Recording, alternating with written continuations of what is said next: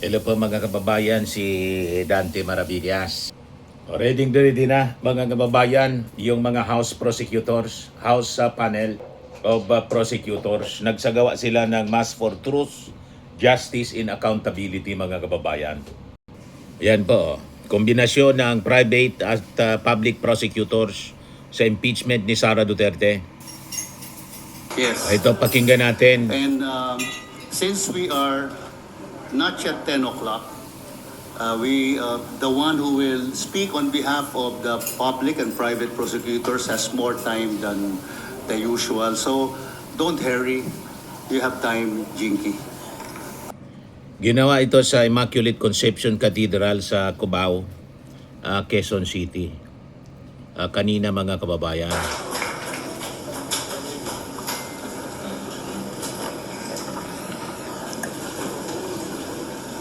To everyone, with all due respect, Father Robert, you mentioned Attorney Michael Powa. Yung sa defense yun, nagkamali. He's part of the defense. And I would like to give the recognition to the real part of the prosecution team, Attorney Marv Fuwa. Mark.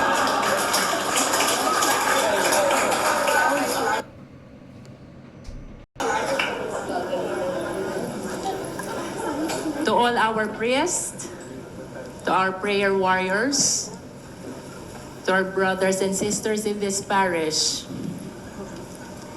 hindi po madali ang tumayo sa harap ng impeachment court.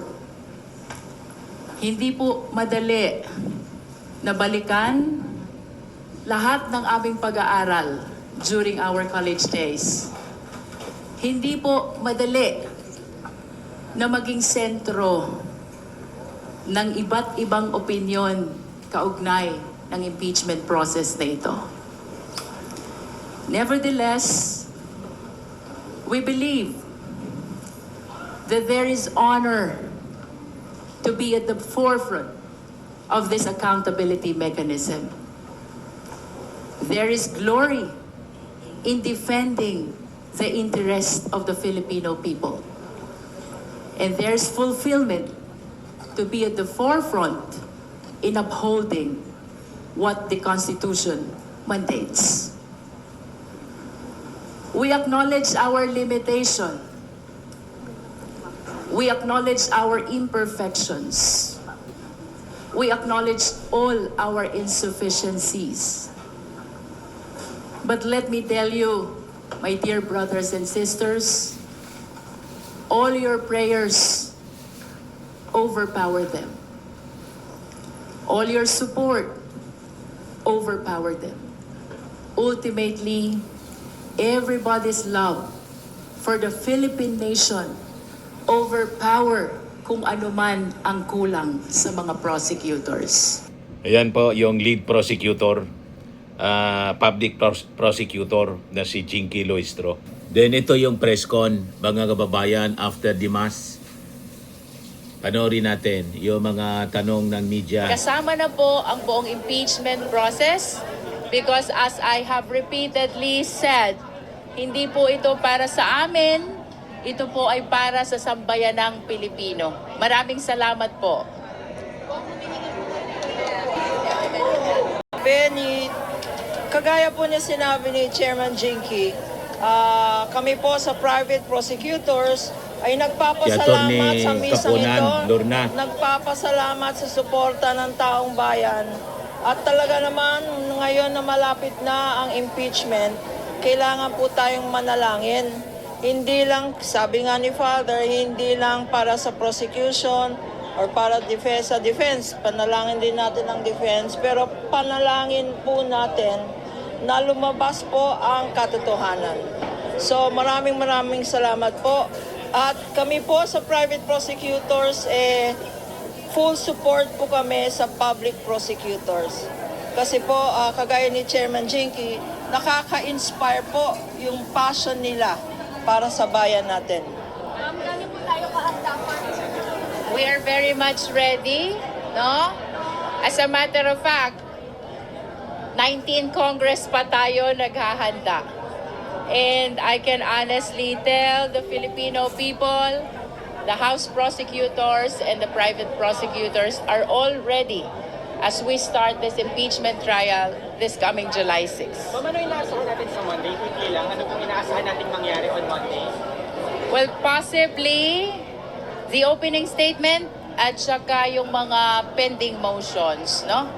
So, I hope you understand we cannot comment too much on the merits, and that is why yun lang muna ang masasabi natin. Ma'am, have you submitted your list of witnesses sa impeachment court for next week? Ang nangyari po nung nakaraang mga araw, alam niyo po kasi sorry walang media doon, pero nag-pre-trial conference. Sa pre-trial conference na yan, linatag lahat ng documents, lahat ng witnesses, lahat ng legal issues, lahat ng stipulations, kung merong admissions, at lumabas na ang pre-trial order. So nakalista na sa prosecution, sa amin po, 57 witnesses.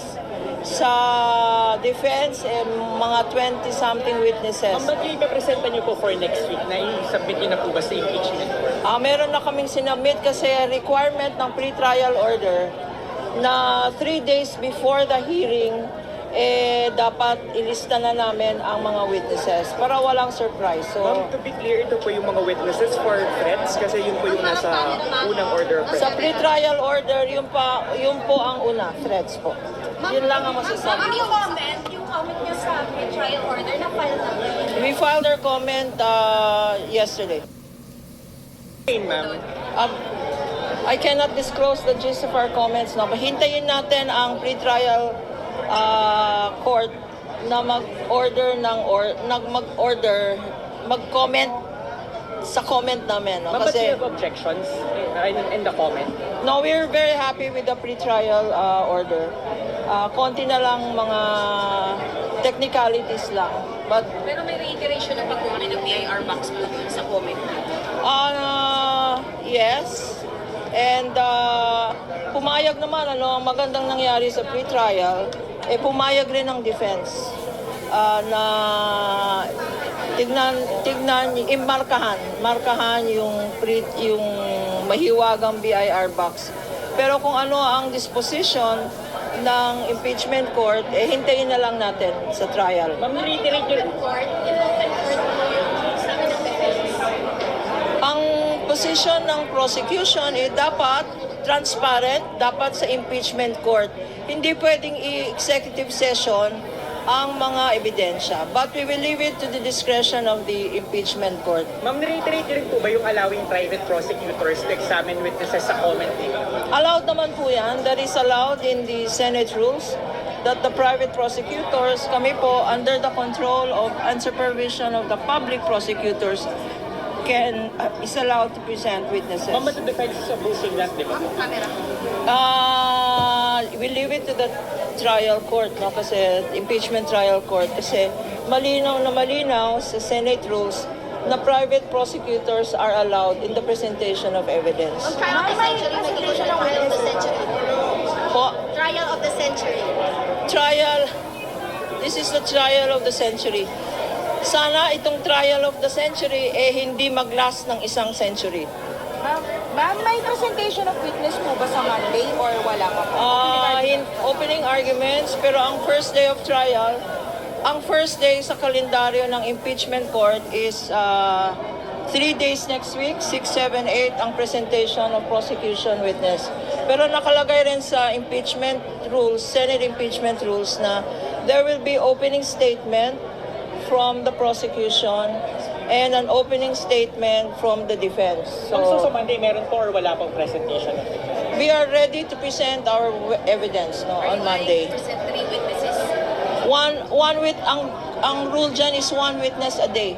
Yes, Ilan a po 1 yung witness. nasubmit niyo na po na list of witnesses for next week? We cannot disclose, no? It's a matter of strategy. Yun lang. Maraming salamat po. Witness lang for more. So yun, ready na yung prosecution panel, mga kababayan, para sa pag-start ng trial, impeachment trial laban kay Sara Duterte. Di baka niya Mr. Maravillas magkadramahan sa impeachment trial. Malamang po kasi doon pa lang sa Congress, sa investigation pa lang mga kababayan sa confidential funds nang matanong yung Chief of Staff ni Sara Duterte na si Zulaika Lopez, punong-puno ng drama ang atin pong nakita. May mga itinakbo sa ospital. And afterwards, mga kababayan, dahil kay Zulaika, nagwala si Sara Duterte. Yun ang dahilan ng pagbabanta, mga kababayan, nang maipit si Zulaika. Sabi nga, makin ang lahat dahil kay Zulaika. Di ba, mga kababayan? Bakit anya Mr. Maravillas? Ganun na lang ang galit ni, sumabog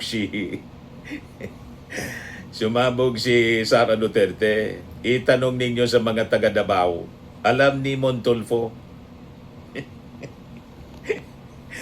O, di ba? Si Montulfo nagchismis tungkol kay Zulaika. Ano ang bakit ganun na lang ang naging reaksyon ni Sara? Nag-meltdown, breakdown. So yung naging reaksyon ni Sara na nag-result sa pagbabanta sa ating Pangulo, hindi po yun normal na tugon ng isang opisyal para sa isang empleyado o para sa kanyang empleyado, mga kababayan. Ito ay reaksyon mga kababayan ng isang taong takot na mabulgar ang kanilang tagong yaman at gustong protektahan yung kanilang espesyal na naging relasyon na mas matimbang pa kaysa sa kanyang sariling pamilya. Ngayon, bakit si Zulaika ang susi, mga kababayan, dito sa alleged corruption ni Sara Duterte? Ang sabi, mga kababayan, sa mga lumitaw na kwento, nagsimula daw yung ugnayan nitong si Sara Duterte at saka ni Sara o ni Zulaika. Taon pang 2007, matagal na. Bilang kalihim ng City Council, base sa kwento, noong naging mayor si Sara, 2010, ginawa niya itong administrator, si Zulaika. Isang posisyon, mga kababayan, na tinatawag ng marami bilang isang little mayor. Dahil ito ang aktwal na utak na nagpapatakbo sa likod ng mga proyekto. So ayon, mga kababayan, sa kasaysayan ng Davao, mismong si dating Pangulong Digong at yung City Council ang humarang at tumutol sa pag-upo ni Zulaika bilang City Administrator. Ito yung Sunstar Davao Report, mga kababayan. Duterte, Lopez not fit for city administration, city administrator post. Yan, Sunstar report published August 3, 2010. Vice Mayor noon si Digong. Vice Mayor Duterte requested Councilor Victorio Advincula Jr. to temporarily preside over the proceedings so the Vice Mayor can personally participate in the discussion on the floor. Vice Mayor Duterte said Lopez's previous post in government do not qualify her to become city administrator. Kinontra ni Digong. Mayor si Sara kasi noon, Vice Mayor si Digong. Kuan lang sila, ang tawag dito, papalit-palit lang sa Davao. Ngayon, yun ang dahilan kung bakit unang nagwala si Sara Duterte. Nagalit masyado. At nagbanta, mga kababayan, si Sara na ititigil niya yung pakikipag-ugnayan sa konseho na pinamumunuan ng kanyang ama bilang vice-alkalde. May pagtanggol lamang si Zulaika Lopez. O, di ba? So, fast forward, mga kababayan, ginawa niyang chief of staff nang siya maging vice-presidente. Bilang chief of staff sa OBP, Office of the Vice President, saka sa DepEd, bilang DepEd Secretary siya, si Zulaika Lopez, mga kababayan, yung may alam sa bawat sintimo ng 612.5 million pesos na confidential funds. Kung kumanta at magsalita si Zulaika tungkol sa mga peking acknowledgement receipts, gaya yung nakapangalan kay Mary Grace Piatos at iba pang mga chichiriya babagsak mga kababayan yung buong dinastiya ni Sara sa seryosong kaso ng plunder at malversation. So, ang sabi, itong si Zuleika hindi lang basta tauhan. Siya din yung nagsisilbing pangunahing witness sa mga pribadong ari-arian, doon sa mga sinasabing lihim na mga bank accounts at saka mga dummy businesses ni Sara Duterte. Ibig sabihin, maraming alam na sikreto itong si Zuleika. So, posible daw mga kababayan, base sa mga lumalabas na kwento, na ang kanyang law office at ang kanyang mga koneksyon ang ginamit para i-divert, itago at illegalize yung mga pondo mula sa kaban ng bayan patungo po sa mga pribadong bulsa. So ito yung kaabang-abang mga kababayan na mga kwentong lalabas sa pagsisimula po ng impeachment trial. Madaling sabi, hawak ni Zuleika, mga kababayan, sabi ng mga lumalabas na istorya, yung blueprint ng alleged corruption mula sa bawat transaksyon hanggang sa mga sikretong ari-arian at saka yung SALN ni Sara. Yung mga sikretong ari-arian na wala sa SALN, mga kababayan. Ngayon, noong pinatawag ng Congress House Committee on Good Government and Public Accountability, nabisto mga kababayan yung isang opisyal na sulat na nilagdaan ni Zuleika para sa Commission on Audit. Taasan itong idiniman sa COA na huwag ibigay sa Kamara ang audit reports ng Office of the Vice President. Ito po ay itinuring ng Congress na undue interference at saka obstruction of justice. Ngayon, punta tayo doon sa pagsisinungaling, mga kababayan, sa hearing na kung saan humantong mga kababayan ito sa contempt order. Kinontempt itong si Zuleika matapos itong magbigay ng mga evasive answers o umiwas siya sa mga tanong at saka mag-claim na wala daw siyang alam sa paggastos ng pondo. Ganong siya po ang pinuno mismo ng administrasyon ng Office of the Vice President. Dahil dito po, kinulong siya sa Kamara at pinatagal ng hanggang 10 araw ang kanyang naging detention dahil sa hindi po niya pakikipagtulungan. So mula sa perspektibong legal, ang ginawang pag-arang ni Zuleika sa COA sa pamamagitan ng kanyang opisyal, mga kababayan, na sulat ay isang malinaw na pag-amin ng guilt. Ang tawag dyan, mga kababayan, constructive admission of guilt. Kasi po, kung wala kang itinatagong krimen, walang rason po para pilitin ang isang constitutional body na magbulag-bulagan. So ang pagtanggi niya, mga kababayan, na sumagot sa Kamara under oath ay hindi po siya karapatang pantao, kundi isa po siyang despiradong hakbang para isuppress yung mga ebidensya ng malversation ng pondo ng bayan. Ngayon, habang nakakulong si Zuleika sa Kamara noon, mga kababayan, doon mismo sa loob ng compound, nagalunsad si Sara Duterte ng magkakasunod na press conference. So naalala ninyo ito? So dito po nakita ng publiko ang unti-unting pagkawala ng kontrol ni Sara sa kanyang emosyon. Dito siya nagwala at doon binantaan ang ating Pangulong Bongbong Marcos, si Lisa at saka si Martin Romualdez na ipapatay. Yun po ang pagkasunod-sunod ng kwento, mga kababayan, na nagresulta doon sa pagbabanta niya sa ating Pangulo. Ngayon, nang magdesisyon yung Kamara na ilipat si Zuleika sa Correctional Institution for Women or kalaunan sa Veterans Memorial Medical Center dahil sa kanyang acute stress disorder, doon po naganap yung sukdulang meltdown ni Sara Duterte. Doon hayagang sinabi ni Sara na may kinausap na siyang tao at sinabi niya na kapag pinatayan niya ako, patayin mo si BBM, si Lisa Marcos at si Martin Romualdez. No joke, no joke. Ito na ngayon ang number 1 article ng articles of impeachment laban kay Sara Duterte.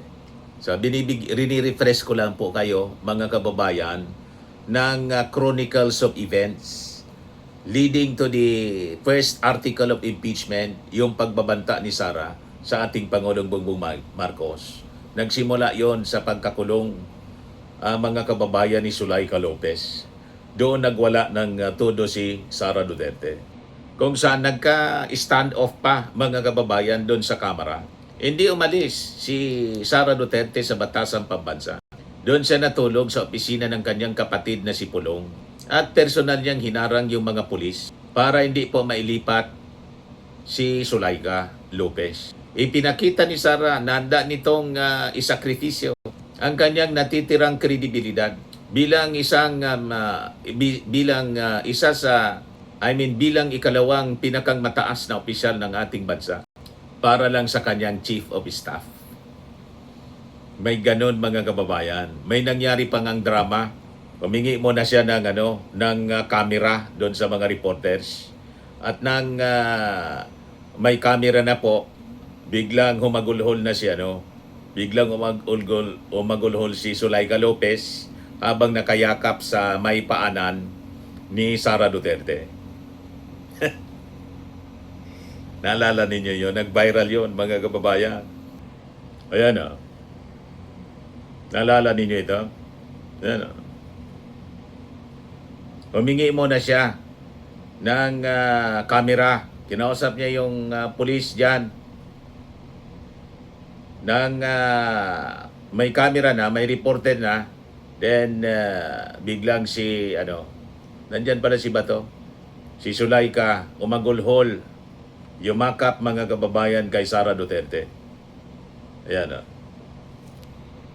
Kay General Torre pala siya. Nandun si General Torre, si Bato de la Rosa. Ayan o.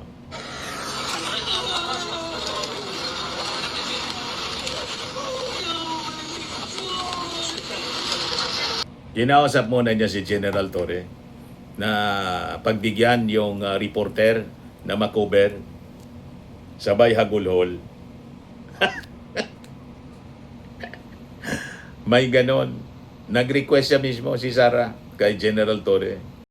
Ngayon, may mga marites at siguro i-search na lang ninyo kung ano yung kwentong marites ni Montulfo tungkol kay Sara at saka ni Zuleika. Di ba, mga kababayan? Ngayon, ang nakapagtataka nang aristuhin mga kababayan si Digong, kalmado lang si Sara Duterte. Pag kinontrast ninyo, iba yung reaksyon. Kalmado lang siya nang aristuhin yung kanyang tatay. Pero nang si Zuleika, mga kababayan, nagwala si Sara Duterte. Kaya marami yung nagtatanong, bakit kaya ganon? So inaasahan kasi ng marami na maglulunsad si Sara ng mas matinding reaksyon nang aristuhin yung kanyang tatay. Ngunit nagulat po ang publiko sa kanyang kalmado lang na reaksyon. Halos walang pakiramdam na pagtanggap sa kanyang mga pahayag. Sinabi lamang po ni Sara na may mga kaayusan na at kakausapin niya yung mga abogado. At pinalabas niya na political kidnapping yung nangyari. Wala tayong nakitang bakas ng pag-iyak o pagwawala tulad ng nangyari ng ikulong mga kababayan, ikontempt si Zuleika. At nang bumisita siya, mga kababayan doon sa Dahig, lagi niyang sinasabi na okay naman daw yung kanyang tatay. Relax si Sara, may pa-joke-joke pa oh. Pag si Kitty or si kuya ko, kausap mo, parang Diyan sa Dahig. na bukas mamamatay ka na. Tatawanan pa sila. Sinabihan ko yun sa kanya kasi bakit iba-iba yung assessment namin, yung assessment ng ni Kitty tsaka ng kuya ko, mamamatay ka na. Ano ako, parang sa tingin ko, hindi ko pa mamamatay. Sa kanya. Kita ninyo? Relax siya. Ano sabi niya, no, melodramatic lang daw ang take nung dalawa sa sinasabi niya. Pero death daw is something that should be discussed because it will happen. Hindi natin alam kung kailan. Relax siya. Pero dapat pag-usapan. So yun yung... Yan o. Oh. Sa dahig. Relax na relax si Sarah. We're currently Hindi siya nagwala. talking to the ICC personnel side so that we can do a visit and then we can attend the initial appearance later this afternoon. So we'd like to request your indulgence for Relax siya. some sort of space. Yeah. Thank you. So to allow us some sort of space so that we can give you some information so that you can do your work. In a bit so O, di ba? We have a media relations officer under the office of the Vice President. His name is JC Kahinhinan. And Bakit niya kaya ganyan na Mr. Maravillas? Kayo na lang po ang bahala. I think malinaw naman po ang ibig sabihin noon. Di ba po? Yan man lang, mga kababayan, yung ating short video. Ako po si Dante Maravillas. Bye-bye. God bless.